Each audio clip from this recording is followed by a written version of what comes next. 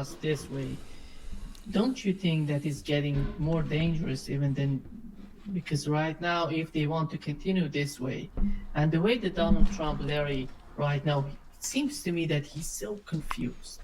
He's so confused, right? Talking about Greenland, talking about Canada, Panama, and all of these in the middle of these two great conflicts in Ukraine and the Middle East. And If you, Nima, if you just backed away, if I just backed away, I do periodically. And if Americans just backed away and said to themselves, where was the last time I encountered such a creature, such a character, such a person that I could observe closely? And there are plenty of characters on television and in movies and such. They're called nuts. They're called insane. They're called demented. They're called evil. They're called all manner of adjectives that denote that they aren't thinking very well. Donald Trump is walking around an example to that, and that makes it even more crucial that we do everything we can to monitor him over the next 4 years, though I think that will be fruitless because it's not going to be him. It's not going to be him that's doing things. It's going to be J.D. Vance. It's going to be Elon Musk. It's going to be Peter Thiel and a host of other characters like them, both in and out of the administration, doing what is being done by the empire. Let me back up just a moment here. I've given this a great deal of thought. I even went back and read Peter Farrakhan's book again. And I think what we're looking at, people are misinterpreting. They don't have, we in the United States certainly don't have a grasp of history, not even our own. But a lot of people in the world don't have a significant grasp of the kind of history that the sweep of what's happening today clearly indicates to me. We're into something that used to be called cavalierly by the British the Great Game. Game is not really a good, it's not really a good title for it, because this is a deadly, deadly confrontation we're in right now because of just what you said. As I've said many times, we are the only empire in history of all human history to have invented the means to destroy ourselves, nuclear weapons. So we're involved in this massive attempt, and it's not a cogent thing with us, but it is with the background. It is with the J.P. Morgans. It is with the Jay Goulds of today. You can name them. Charles Koch, Peter Thiel, Elon Musk.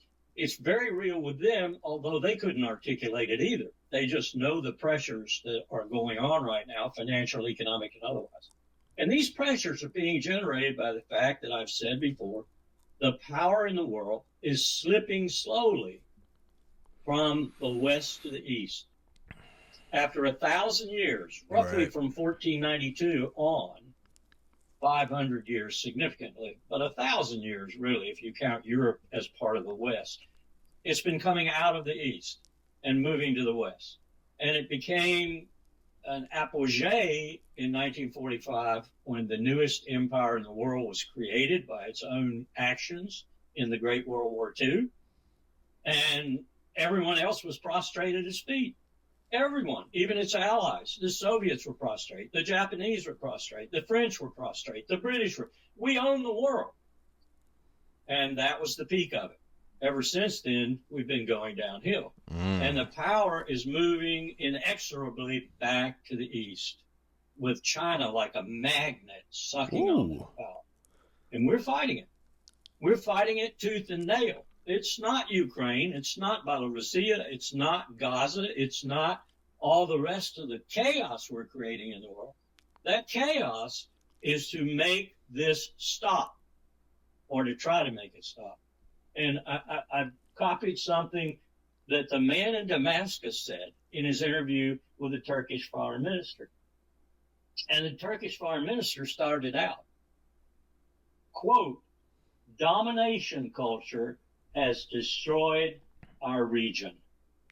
Now, he was talking about the Levant, but he's right.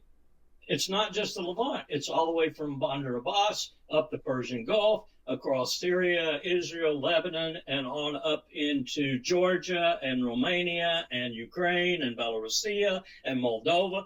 It's the empire trying to stop this inexorable movement of power away from it and ultimately away from Europe and back to the East. And it's a colossal game, okay? But it's not like it was when the British fought that stupid war in Crimea. But you only understand that stupid war if you know what they were doing at the time and what the Russians were doing at the time, trying to get down to a warm water port. If you look at that struggle, you see what we're doing today in reverse. But the difference is, as you pointed out, we have nuclear weapons. And if this power is inexorably slipping away, and we feel like everything conventional that we've done to create chaos to stop it from slipping away is not working, we're going to go to nuclear weapons. And that's the frightening aspect of this struggle.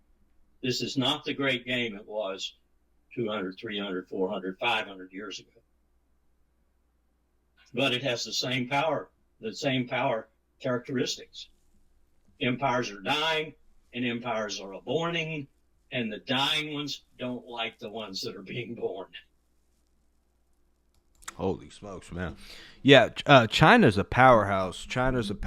Russia doesn't even import any U.S. based products. They have their own clothing brands, candy bars, anything you can think of, man. And the petrodollar is, really just on the cusp of losing its power, especially in the Middle East, and the only thing that's really holding that is Israel and Saudi Arabia. They don't want, if Israel and the U.S. and the American hegemony over Israel pulls out, the Soviet Union is going to pull in, and that dollar is just, it's not going to be worth shit within 48 hours of that happening, man. So this is it's looking really bad, man. It's looking really bad for the Americans.